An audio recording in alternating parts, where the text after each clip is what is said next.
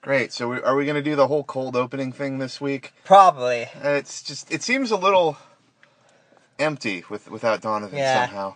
That's what happens when you lose your keys. Yeah. That is I think it's an underutilized plot device in movies. When you lose your keys? Yeah, because in real life it can change everything. Yeah, it's true. But in the movies it's just like, no, it's not believable enough. I have lost my keys on many occasions.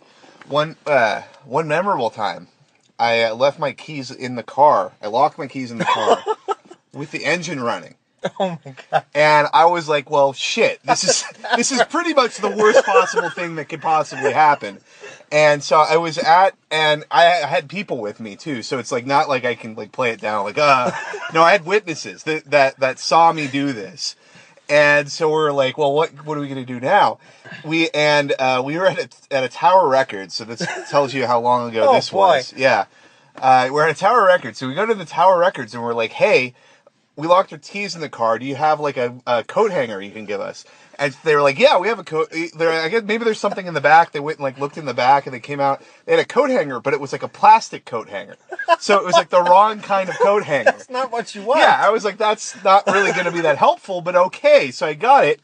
And we ended up, one of the windows was cracked just enough. So what I ended up doing, we broke the head off the coat hanger and duct taped it to a stick. And got in and were able to open the door that way. So, and of course the car was running this entire time. So I wasted about $10 worth of gas. But anyway, so that's my big embarrassing losing my keys story. None of our characters in the movies we saw this week had. No, in fact that was a complete non sequitur. Yeah. So welcome. Welcome to the Swiftfilm show, where we don't keep it strictly about movies, I guess. Nope, we do whatever we want. Yeah, fuck it. We're live on this shit. So this week we are flying as a twosome once again. I, of course, was gone last week. This week, Donovan has a cold, and so he doesn't want... And next week something's going to happen to me. Yeah. And I'm not going to be here. Right, so we're planning on that. But yeah, so... It's me and Husain. I'm John Xavier, and this my aside from me, my other half, Husain Sumra. What's up, players? We are flying as a twosome tonight, and gosh, we have so many movies to tell you about. It is an unbelievable. It's they decided they had movies for months. Yeah. And they're like, shit, we need to get them all in before the year is over, or we can't win any Oscars. Yeah. So it's people will forget them. Right. After a month. I swear to God, they crammed 3 months worth of movies into the last two weeks of the year. Yeah. So we are going to be talking about Anchorman 2. The legend continues.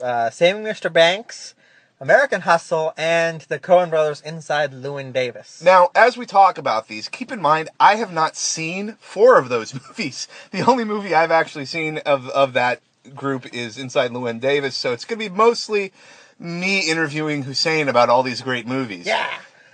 So let's start a little, I guess, with Anchorman. Okay. Anchorman obviously is a movie that's near and dear to both of our hearts as journalists. I actually think it might be one of the greatest comedies ever made. Yeah. I'm going to go that far. Yeah. It's an insanely funny movie, the first Anchorman. And I think pretty much across the board, it's a universal thing that journalists like this movie. Yeah.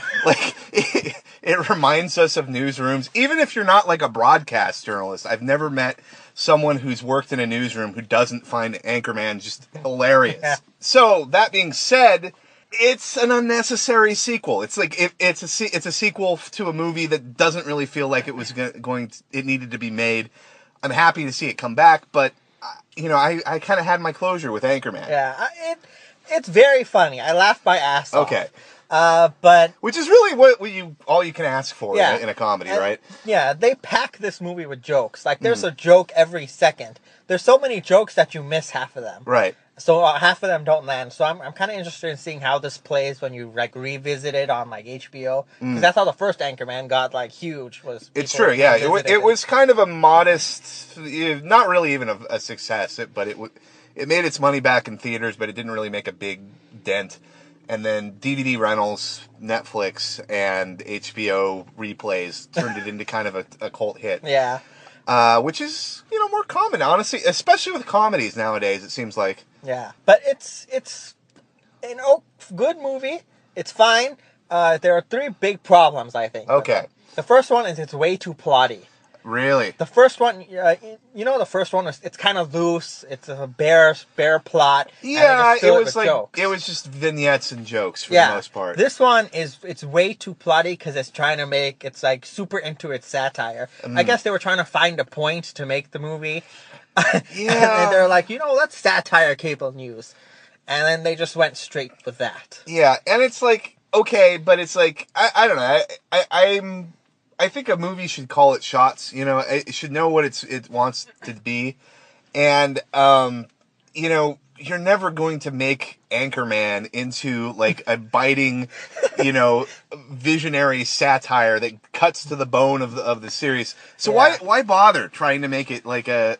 This is a bonkers world. This is a world where Brick, who is insane, and there's actually a fan theory that he's a time traveler, and that's why he's messed up. Yeah. And that they go further with that in this one, because he's like saying some future stuff that happens in 2013 back in the 80s, and it's hilarious. But it's a shame. I like the satire; it was done well, but it feels like it's a different movie. It's not. Yeah.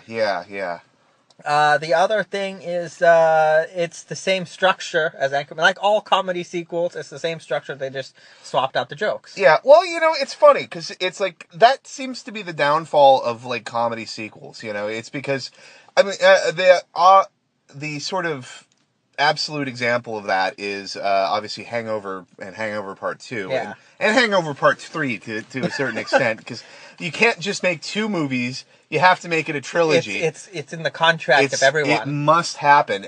For some reason, movies have to come in 3s these days.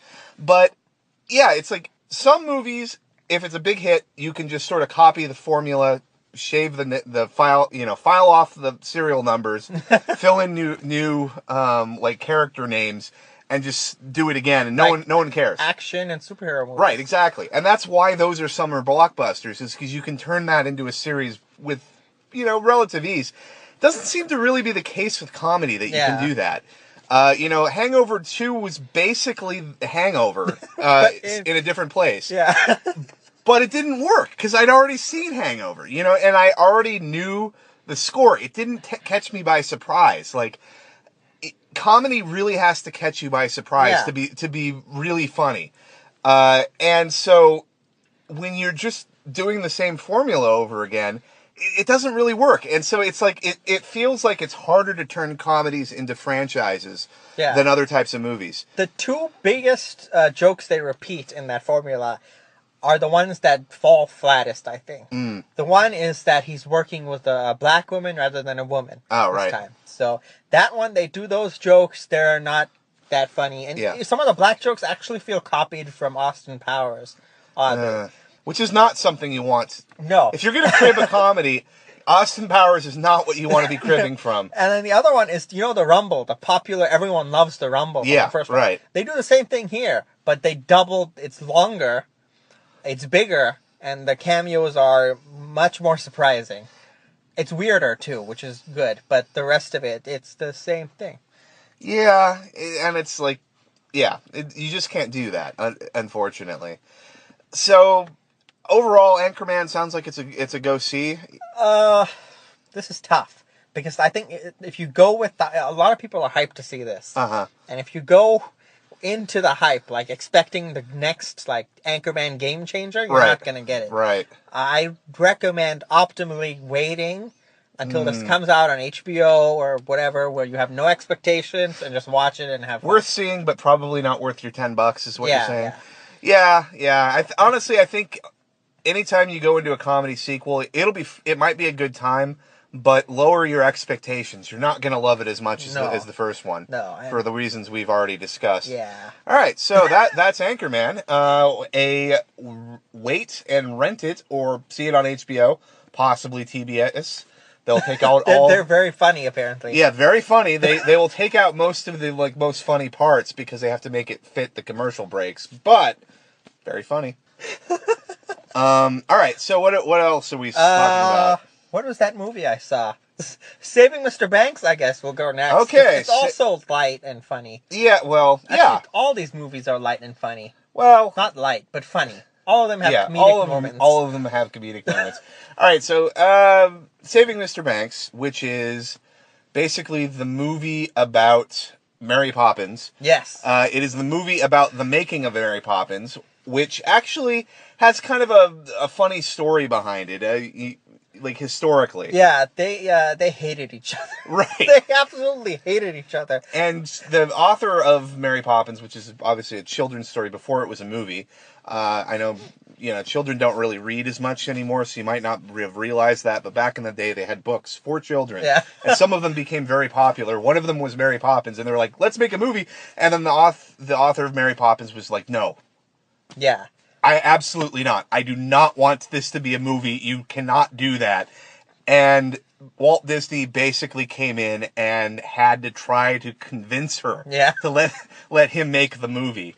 And so that is basically what this movie is about. It is two, towering forces in children's entertainment who despise each other, working off of each other, trying to get a movie made. It's fun to watch.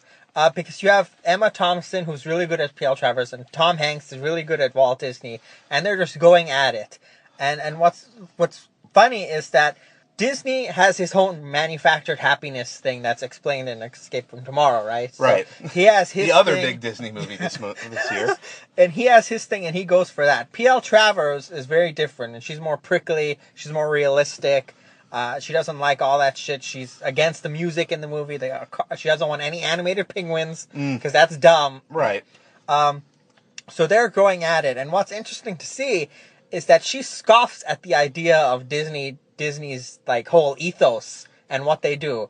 And early in the movie, she gets to her hotel room in L.A., and it's filled with Disney crap. And she like goes berserk. Like, are you kidding me? This is what you're showing me? You're so immature. And they're just playing off each other like that the entire time. Right. And apparently Mary Poppins, the book, was actually fairly serious, and it was kind of dark. Yeah. And then she wants to maintain that tone, and Disney's like, no, I want this to be a light kids movie where everyone can have fun. Yeah, no one will go see that if it's that dark. Yeah, and they're just battling the whole time. So it's just really fun to watch those two immovable forces go at each other. And I mean, correct me if I'm wrong, but this movie is basically about both sides sort of coming to understand each other's like point of view. I don't think they do, actually. Yeah. I don't think they do. Yeah. Huh.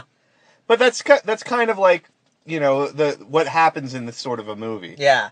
The big thing is, the big theme of the movie is that storytellers have their personal stories, and it's kind of like, do storytellers make stories for people or for themselves, and how to get how to deal with their past? Right. And that's like the basic thesis of the movie, and that's where it goes.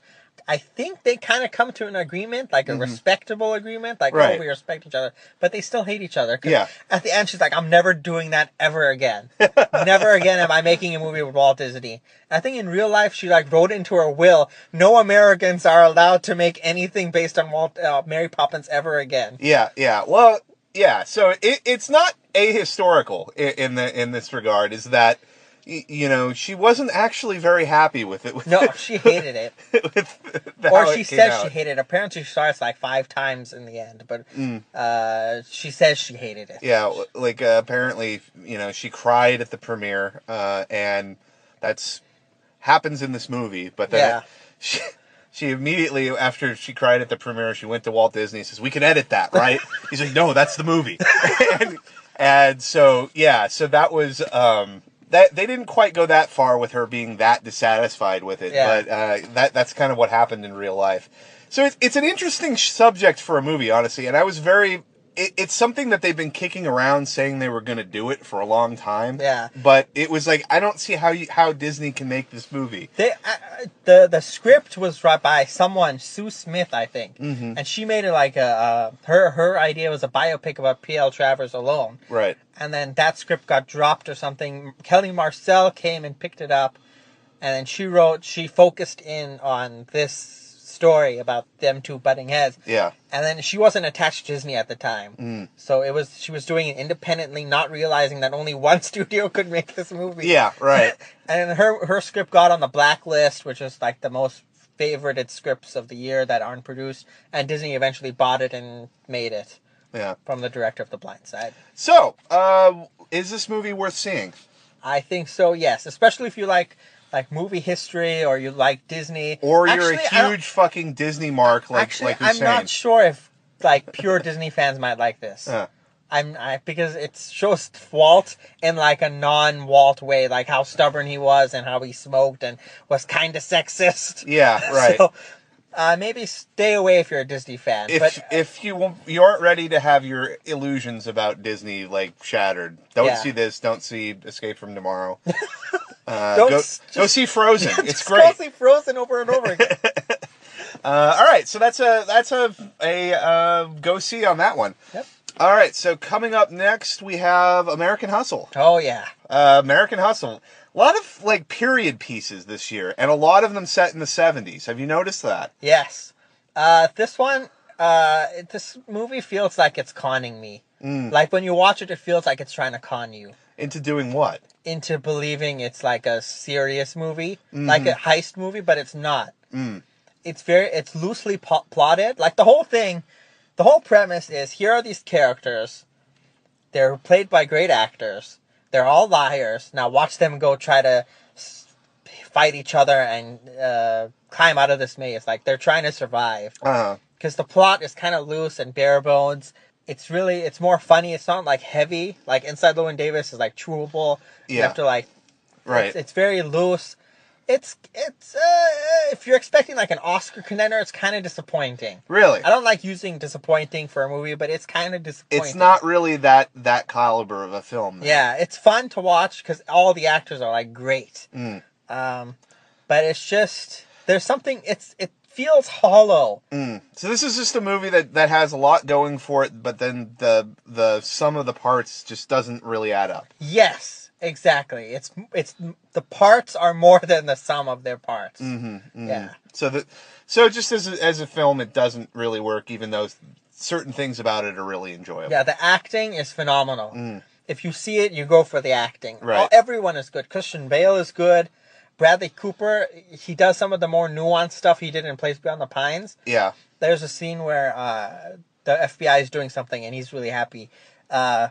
And he like does this thing where he's celebrating, and then Louis C.K. is like his antagonist, like FBI manager.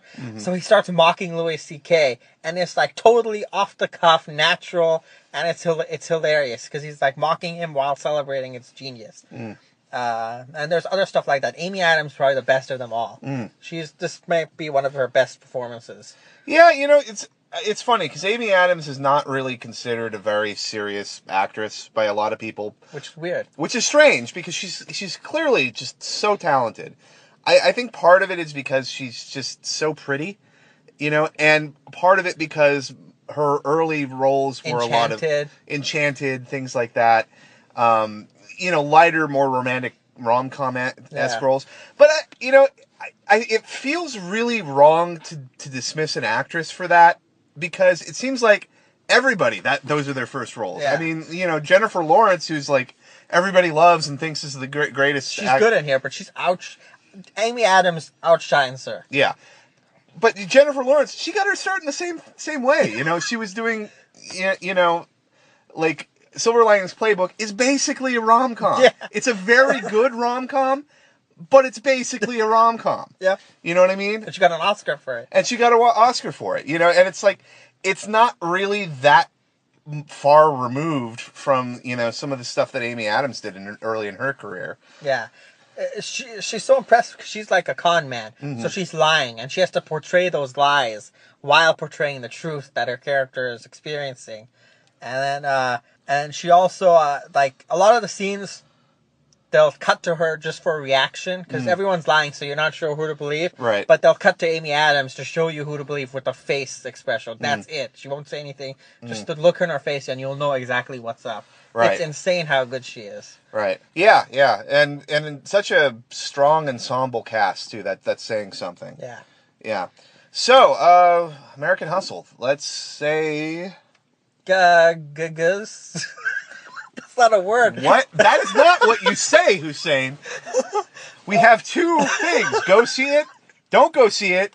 Wait for it to come out on video if we're not really sure. What do you say? With all the movies coming out, I'm going to go wait a little bit. See it like matinee. Yeah. That's a good... Because there's so many movies you can't go just see... If you're going to pick one movie each weekend, then that might not be it. Yeah. You know what I mean? All right. Go see Frozen. Go see Frozen. Or, yeah. Gosh. It's really good. I hate you, Husain. Donovan's not here, so I have to say that. Husain! Okay, so that is go see it, but don't rush out and go see it now. Yeah. Side note, really quick. 6 people walked out of this movie. Really? So I don't know if the regular moviegoer is gonna like it because it kind of meanders. It's all about performance. It's not really about plot centric.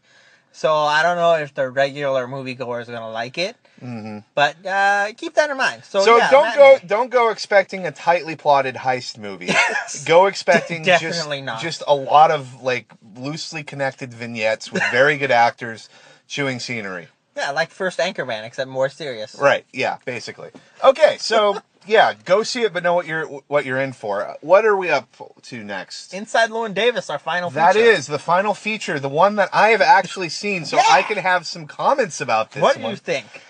Oh man, it was an interesting movie. It was one of those movies where I got out of it and I was like, I'm not sure I want what to think about that. Which is kind of how I react to Coen Brothers movies in general, except for like the lightest of the light type of movies, things like The Lady Killers, and which it sort of feels like they make as like a palate cleanser for like deeper movies, like a True Grit. Okay, we got that out of the way. Right? Yeah. This one is definitely more in the vein of Barton Fink or even kind of No Country, where it's not exactly a very like crystal clear movie, like where it kind of grabs you and says this is what the message of this movie is, and it's not a super plotty movie where it just follows along. This is a movie about Llewyn Davis, who is a folk singer in the 70s in New York, in that sort of folk singer scene at the time, which was really influential, and it's actually the 60s, like late 60s, early 70s, kind of that time, which was, if you want to look at folk music in the United States, that was the time and the place to be a folk singer. But Llewyn Davis is a loser. He's not like a top tier type of star. He's not Bob Dylan. He had a trio that put out, He had a partnership with another guy they put out a record together, and they were collaborators, and then his partner jumped off a bridge and killed himself. And now Llewyn Davis is trying to make it as a solo act when he's just not quite up to it. And at the same time, he's still not really dealing with the sort of issues he has around his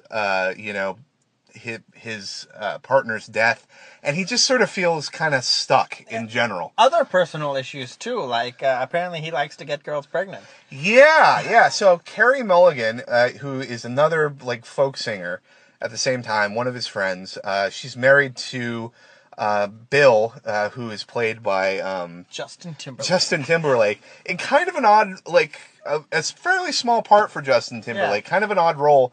They're married. She apparently slept with Llewyn, and now she's pregnant, and she doesn't know if it's his or Bill's. Yeah. And so she doesn't want to risk it because she doesn't want it. She does not want to give birth to Llewyn's kid. And if it's Bill, she wants it, but she can't take that risk. So she decides. Or is it Jim? I think it's Jim. Yeah, whatever. Anyway, she just doesn't want to do it, so she decides she has to have abortion. Yeah. And she tells Llewyn that he has to pay for it. And of course, he has no money. He's homeless. He basically just couch surfs. And so he has to come up with find out a way to come up with some cash to pay off this abortion with, and to top it all off, he has a cat because he was staying at his friend's house and the cat got out and he was locked out, and so he's just left with the cat. Yeah. And yeah. Anyway, so Llewyn Davis has a lot of problems, and he's just trying to work out his problems. It's an interesting film because it in the way of a lot of sort of Coen Brothers movies, in the way of, say, Old Country for Old Men, it kind of feels like you're coming into the story in, like, Act 2. Yeah. You know, and, like, you leave, like, the scene before it actually finishes. So it has kind of an open-ended, very sort of open to interpretation type of ending. Yeah. So you walk out of the theater and you're thinking, like, I like that, but I don't necessarily know what to think about it. I don't know how much I like it either, because if you can't, like, if you don't know what to think about it, you don't know how much you like it, too. Yeah. You just know that it was a positive experience. Yeah, I enjoyed my time in the theater, but once I left the theater, I'm not sure exactly how I spent the last, hour and a half. And it's hard to pass judgment on it. So it's that kind of a film. It's very chewable. You gotta it's one of the movies where you chew, and then like 2 mornings later you wake up and it's like, holy shit, that was good. Yeah, and I feel like I want to see it again, and I'm probably not going to see it in theaters, but I would rent it on Netflix or whatever and watch it a couple times, just to kind of digest it. But one thing, obviously, this movie, it's about folk music, and it has an amazing folk soundtrack. In fact, that's what this movie, more than anything else, is marketing itself on. It's the fact that this is the first time that the Coen Brothers are back with T-Bone Burnett, who was the guy that did the soundtrack to Oh Brother, We're Out There, which was, like, I think the only soundtrack ever to, like, go to, like, #1. Yeah. Like it was like a bestseller, triple platinum, and it was a soundtrack, which was basically a lot of, like, old standards and, like, folk tunes from the early 20th century. This is a kind of a lot of standards and folk tunes from, like, the mid 20th century. Yeah. It's a lot of covers of sort of older folk tunes. There's a couple original songs. Brilliant soundtrack. While I am not entirely sure what I think about the movie yet, I will say that the soundtrack is better than the movie. Yeah, it's fantastic. Like, there's a poster for the movie in theaters everywhere, and it just says ear candy. Yeah, and that's like the perfect explanation. And it really is, and it's great because it's like this movie is almost kind of a musical, because there's a lot of scenes where Llewyn's just singing and playing guitar, or there are scenes where other people are doing songs. And so the music is really, really an essential part of the experience. And it's just so nice to see, to hear these songs and see them performed on screen.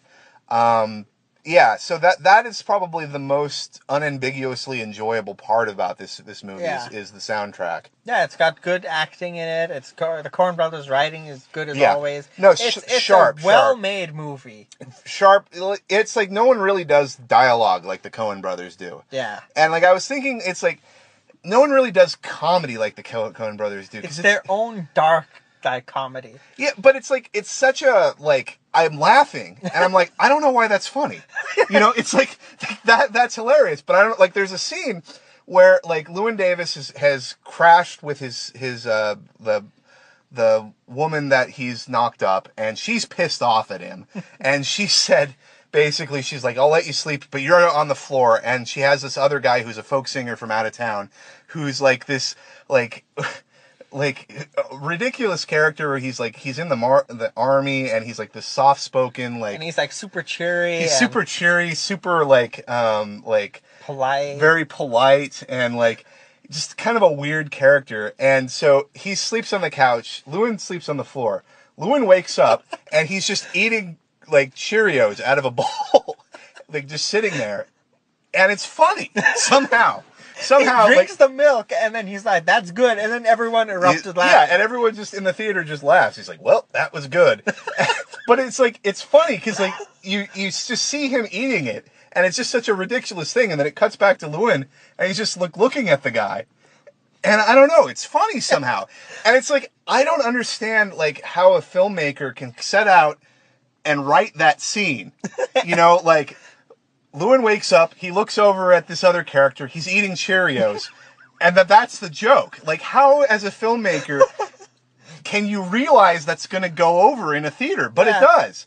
So that's, you know, that's really the talent of the Coen Brothers. No one else does that because no one else can write that and know that people will laugh at it. Yeah, they're insane. Yeah. They're just too good sometimes. Yeah, yeah. And, I mean, honestly, like I said, the acting in this is great. Oscar Isaac, the main guy, he plays Llewyn Davis. He's probably going to get an Oscar. He's really good. He's great. He was in Sucker Punch. He was.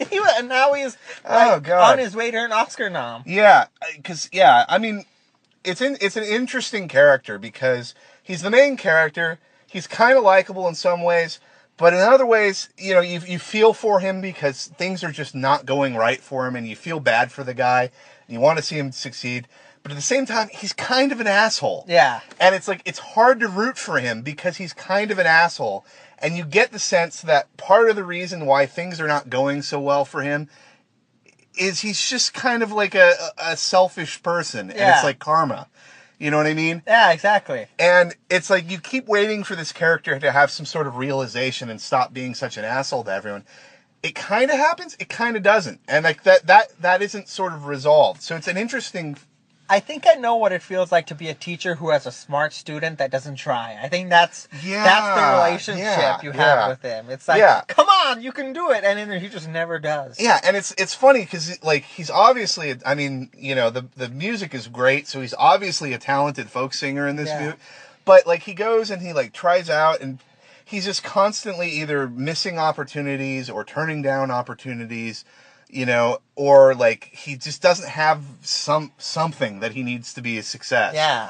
And it's like, yes, it's an interesting performance because he has to both be pitiable enough that you're rooting for the character, but enough of an asshole that you don't necessarily feel good about yourself for rooting for such an asshole to succeed.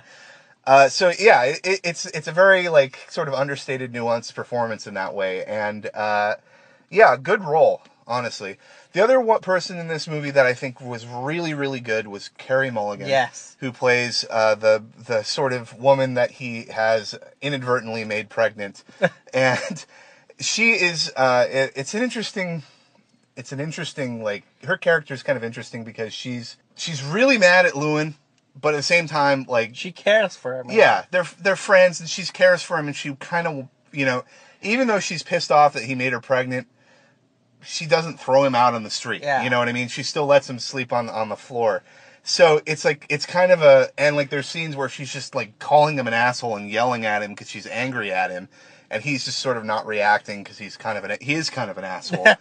But like at the same time, like she's, you know, they're friends. Like it's, you know, she's not going to let him starve in the street. So it's an interesting role. And I really liked her in that. Yeah, she was fantastic.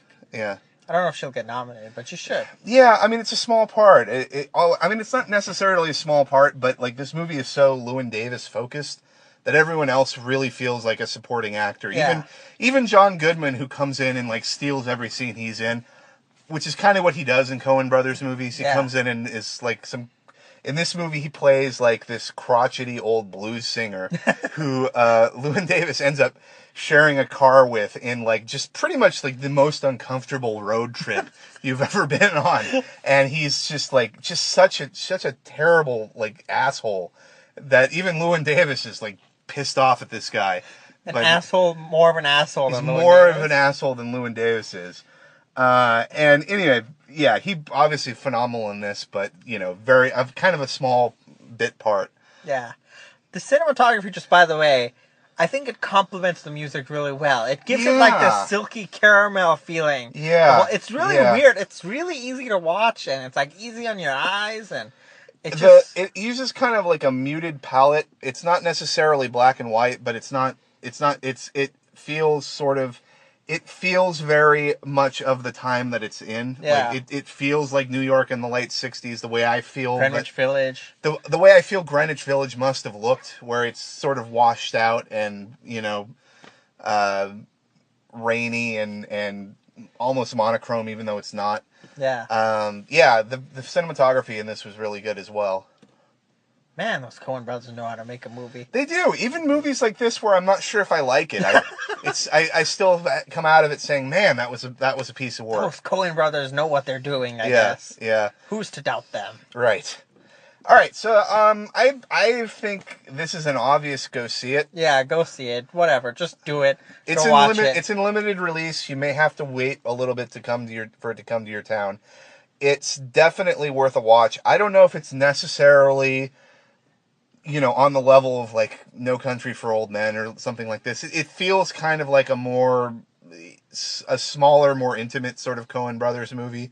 It's not like a Lady Killers or Oh Brother, Where Art Thou. It's just a fun experience. Yeah, it's like a Barton Fink, like you said. It's kind of like that. Yeah, it's a kind of a puzzling little movie that's well executed, that'll make you think, but you may be a little bit ambivalent about. I guess is how I would describe it. Yeah, it'll be interesting to see how we react to it, like as we process it. And yeah. Like I said, I would definitely watch it again, and I think it probably would need a couple viewings before I really, form a strong opinion about it. Yeah. Anyway, but definitely, make your first acquaintance with this movie when it comes to theaters, wherever you're at. Yes. Okay, so I don't think we're going to do a bowels segment this week. Nah. Fuck it. Yeah. Donovan's not here. More movies. What more do you want? Yeah, seriously, we've already bled for you, listeners. Yeah. It doesn't feel the same doing it without Donovan, Bowels is like his baby. It is. Didn't he come up with it? Probably. I think he came up with the name. Yeah, Bowels is your generic streaming service. That's a Donovan. That was a Donovan innovation. So, it doesn't feel right to do it without him. And honestly, I haven't been watching a whole lot of Netflix recently because there's so many fucking movies in theaters. Why would you even do that? And so many good movies in theaters. Like, you really can't go wrong at the box office this weekend. Throw a dart at the board at the theater and you'd find something you like. Like your odds are very good if you just go on a blind impulse and go and see something this weekend. Any other weekend, American Hustle would be like, go see it right now. Oh my God, and now there's so much shit to see, it's just like, you can wait, don't worry about it. Yeah. You've got Inside Llewyn Davis and Saving Mr. Banks and Frozen and and The Hobbit and whatever. Yeah. So, that's our show. Next week we will be seeing, it's going to be another super show because it's another packed weekend at the movies. So look forward to hearing about pretty much all. I think Husain says he's going to see 7 movies in the next couple of days. Maybe Her, Wolf of Wall Street, 47 Ronin. I think Grudge Match is coming out. Doom 3. Yeah. Which we will probably, I want to devote a show to Doom 3. I think we need to have, it would be the I've seen some American critics, not Indian critics, because they're biased, because they look at it as a Bollywood movie. American critics have seen the movie. They said it's fun and goofy. It would be a wonderful palate cleanser for just the end to end of the year. Too. Yeah.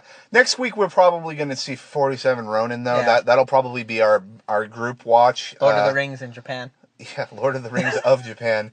It's not even Japan. It's like if you took China and Japan and just glommed them together and then added dragons, you would get 47 Ronin. So that's going to be an interesting. I don't know if it's going to be great, but it's it's the movie I need to see right now. I think it may not be the movie I deserve, but it's the movie I need right now. Yeah, pretty much. Yeah. All right, so that's the Swiftfilm Show. Remember, you can follow us on Facebook, facebook.com/Swiftfilm, at Twitter, at Swiftfilm. Google plus.google/Swiftfilm, I think. We have a Google Plus? Yeah. Wow. That one's new. All right. It's all just no one uses Google Plus. Right. If you're one of the 5 people who's active on Google Plus, we have an account apparently. I can't promise that it's very active. YouTube. What is that? YouTube.com/Swiftfilm. Yeah, probably. Just Google Swiftfilm, you'll find it. You'll find it, yeah. The podcast, iTunes, on the iTuneses. And SoundCloud. Yes, and SoundCloud, and I think... Swiftfilm.com for the words! The pages. The pages and pages, and you can see full reviews of all of the movies we talked about, because God knows we talked about a lot, and I don't even remember any of them, but they're all on Swiftfilm.com. We also have a 2013 year in review feature set right now where we're going through like the themes of the year and the best trailers of the year. I think next week we have like what actors had the best year, blah blah blah. Yeah, and I think in January probably the first show is just going to be a recap of 2013. Yeah, which felt like a really packed year at the movies, especially now. Like holy shit. Yeah. All right, so see you next week, folks.